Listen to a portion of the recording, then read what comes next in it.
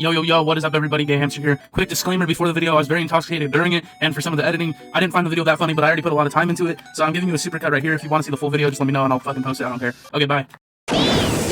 What the shit is up everybody, Gay Hamster here. Today is a very special video for me because one, I wanted to start this a long time ago, and two, we're talking about my favorite subject. Let's get into the video, remembering Star Wars Episode 1, The Phantom Menace. So staring at my computer screen, just staring at the recording, this is what happened in The Phantom Menace. Then our Republic cruiser is pulling into one of those like donut-shaped the Federation things, and then we part, and then we let our two Jedi out, Mr. Qui-Gon Jinn and Mr. Obi-Wan Kenobi. So a fake C-3PO walks them into a room. They're here to talk about, I think, a trade dispute or like it was a blockade around the planet Naboo. So they're hella chilling in this room, and then the red ship that they came in explodes, and I only remember this because I remember from all the Star Wars Lego games, the ship would explode and then it'd be like the two little guys and their heads drop. That's the only reason why I remember the explosion. Okay, so it explodes, and then I think the Jedi are like, whoa, what was that or something. Okay, and then some like green fart gas, Joker gas, starts pouring in the room, and they're like, oh no, what are we gonna do? And they like a bunch of droids outside their the room, and they're like, ready boys, and they think they're dead, and then they walk in, and then the Jedi hop out and they're like,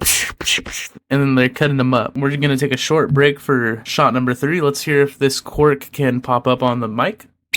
Oh, I believe it did. I was gonna stop the recording while I was doing the shot. Let's just do it. Ready, set, go. Yep. That's really fucking nasty. Okay, where are we at with it? So they come out and they cut up the droids. So what happens after that is what you might be asking. And that's what I'm asking myself. So I think we cut to a scene of those racist ass aliens that, like, the voices they told to do to those aliens are like crazy. Oh no, but we must move quickly to disrupt all communications down there. So they get a voice chat from Emperor Palpatine. He's like, yo, you gotta put those droids down on the planet. And they're like, okay. Just accelerate our plans.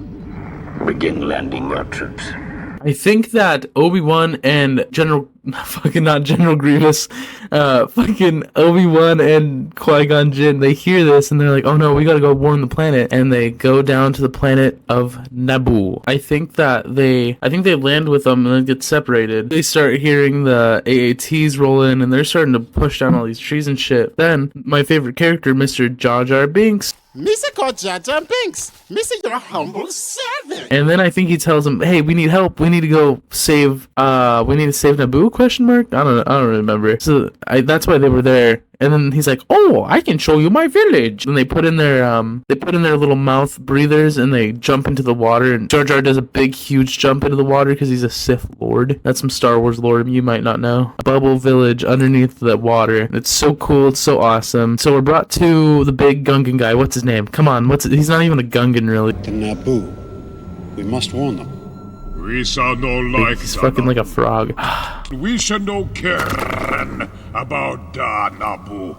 But we will give you like a ship. Get onto a ship, like a little underwater ship, to get to the capital Theed, where Padme Amidala is chilling at, I think. So this is where it kind of gets fuzzy. I honestly don't remember the first interaction between Padme and the Jedi, but I know the next location is Tatooine, so let's piece this together. So what I think happens, let me use my fucking brain real hard here. I think that the temple is getting overrun with droids, and they flee to the metal ship, I believe, and they try to get away, and they're getting shot at. R2-D2 goes out there and like starts repairing and shit, and Padme's like, whoa, this guy's really cool. Thank you, R2-D2. They're landing to go fix something on the planet Tatooine. So once they're on Tatooine, they're hella chillin', but not really. They can't contact the Republic. They're kind of just stuck in a fucking huge planet-wide desert. Qui-Gon heads in to Mos Eisley, and he goes to Watto's shop to find the part for the Naboo, like Padme's ship, because Padme's ship is really special. And then I think he tries to buy it with Republic credits, and he's like, Republic. What does he even sound like? Low-key, they give him like a Mexican accent. They're like, honey, Republic credits don't work out here. I have 20,000 Republic Dactaris. Republic credits? Republic credits are no good out here. I need something more real. What, you think you're some kind of Jedi waving your hand around like that? I'm a Toydarian. Mind trick's gonna work on me. Only money. So once they do that, I think little orphan Annie comes out and he's like saying some dumb shit. I don't know, some dumb shit that a kid would say. Are you an angel? What? An angel. I heard the deep space pilots talk about them. They're the most beautiful creatures. I don't know if his mom comes out to try to help him or Qui-Gon starts talking to Anakin. Holy shit, guys, this video is already almost like 10 minutes long. I hope I cut some shit out, and I hope I don't cut some shit out. I think Qui-Gon, he meets Anakin's mom. He's hella chilling, and then he goes up to Watto and he's like, I want to buy Annie. How much is it to buy Annie and his mother? And then Watto's like, no, they're my slaves. So I don't really give a shit or remember what happens, but betting for Anakin's freedom, Anakin has to race, and he can feel how much force that Anakin has, so he really trusts him and shit. So he's like, let's put him in the pod racing, and he can do good in pod racing. And of course Watto's like, sure, I'll do it. So then that's when the cool pod racing happens. Vroom, vroom, vroom. And Sabatoa, or whatever his name is like, ooh, Annie. No, just kidding. I don't think he says Annie, but he tries fucking with us hella, and I'm like, fuck you, bitch ass little rat, purple rat, walking on his hind legs shit. So after all that, I think he wins the pod race. Everyone's like, whoopee! And I think some people crash. I think it's Sebulba, by the way. Sebulba crashes or something, and Annie wins. And Watto is very upset. So Qui-Gon wins the rights to Anakin. So now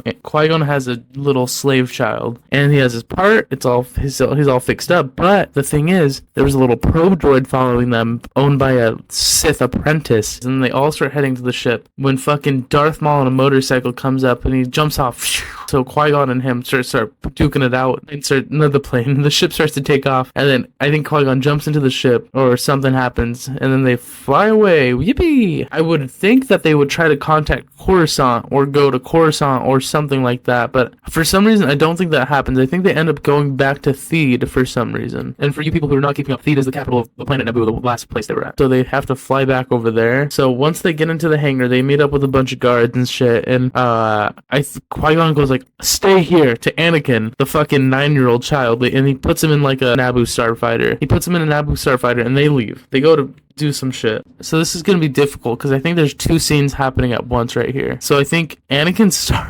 starfighter, and he engages an autopilot, which takes him into space, and he's just, I don't know how the autopilot's this advanced, but he's in space and he's fucking up some people. He's getting fucked up a little bit too. Then he flies into one of those donut shaped ships we talked about earlier, like the whatever they're called, and he fucking blows up by himself, and then all the other guys are like, who's that flying? Goes really well for him. Super glad, and I think it just takes him right back down. But on the other side of things, these big ass bay doors open. There's one guy standing there amongst this whole army. Darth Maul. And Darth Maul's all looking hella scary, looks like a devil. Anakin, Qui-Gon and Obi-Wan whip out their lightsabers. And then I think Darth Maul does Obi-Wan and General Grievous, fuck it, and him, they go and fight Darth Maul. Then they get to a hallway area, which has, they have force fields. Obi-Wan gets separated from Qui-Gon Jinn. Darth Maul's all tapping on the screen, hella mad, like, rah! And Qui-Gon's sitting there, he's hella chill. And the thing opens, and they start fighting. Obi-Wan tries to reach up with them, but then he can't. He goes one behind. So right there, they start duking it out. They're throwing punches and shit. Just kidding, they're not. But then, oh! Qui-Gon gets stabbed in the fucking stomach. I don't know why he can't force heal like in the Star Wars Revenge of the Sith video game, but he gets fucking stabbed, and Obi-Wan comes out and he's like, Master! So then Obi-Wan gets mad and he falls down the pit, and Darth Maul's like scratching the little sides. And then I think he uses a little bit of the dark side right here, low key. He jumps up, he fucking slices Darth Maul in half, force pushes him, force rips off his penis. Just kidding. He lives in the Clone Wars, but let's just say he dies right here. He falls down a huge pit. Goodbye!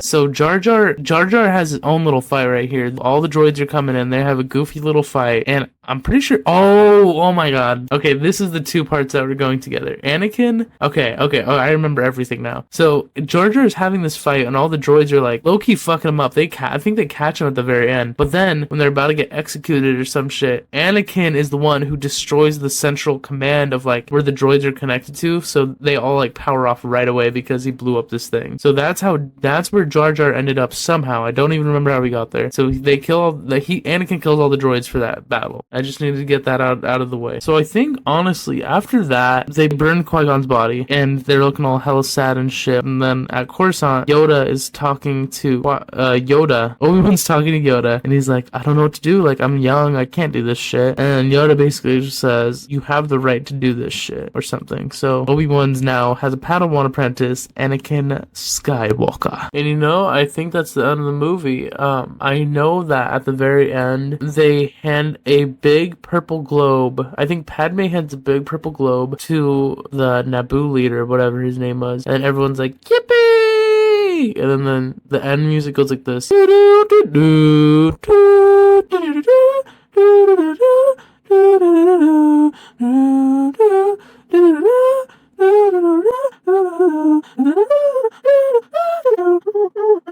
Yeah, God bless John Williams. Just kidding. I don't think John Williams is dead. Maybe he is. He's really fucking old, but I don't think he's dead yet. So that's what I remember of Star Wars Episode 1, The Phantom Menace. And if you enjoyed this video, just like and subscribe and really comment. I love comments, even the shitty ones. Alright. Bye-bye. Bye.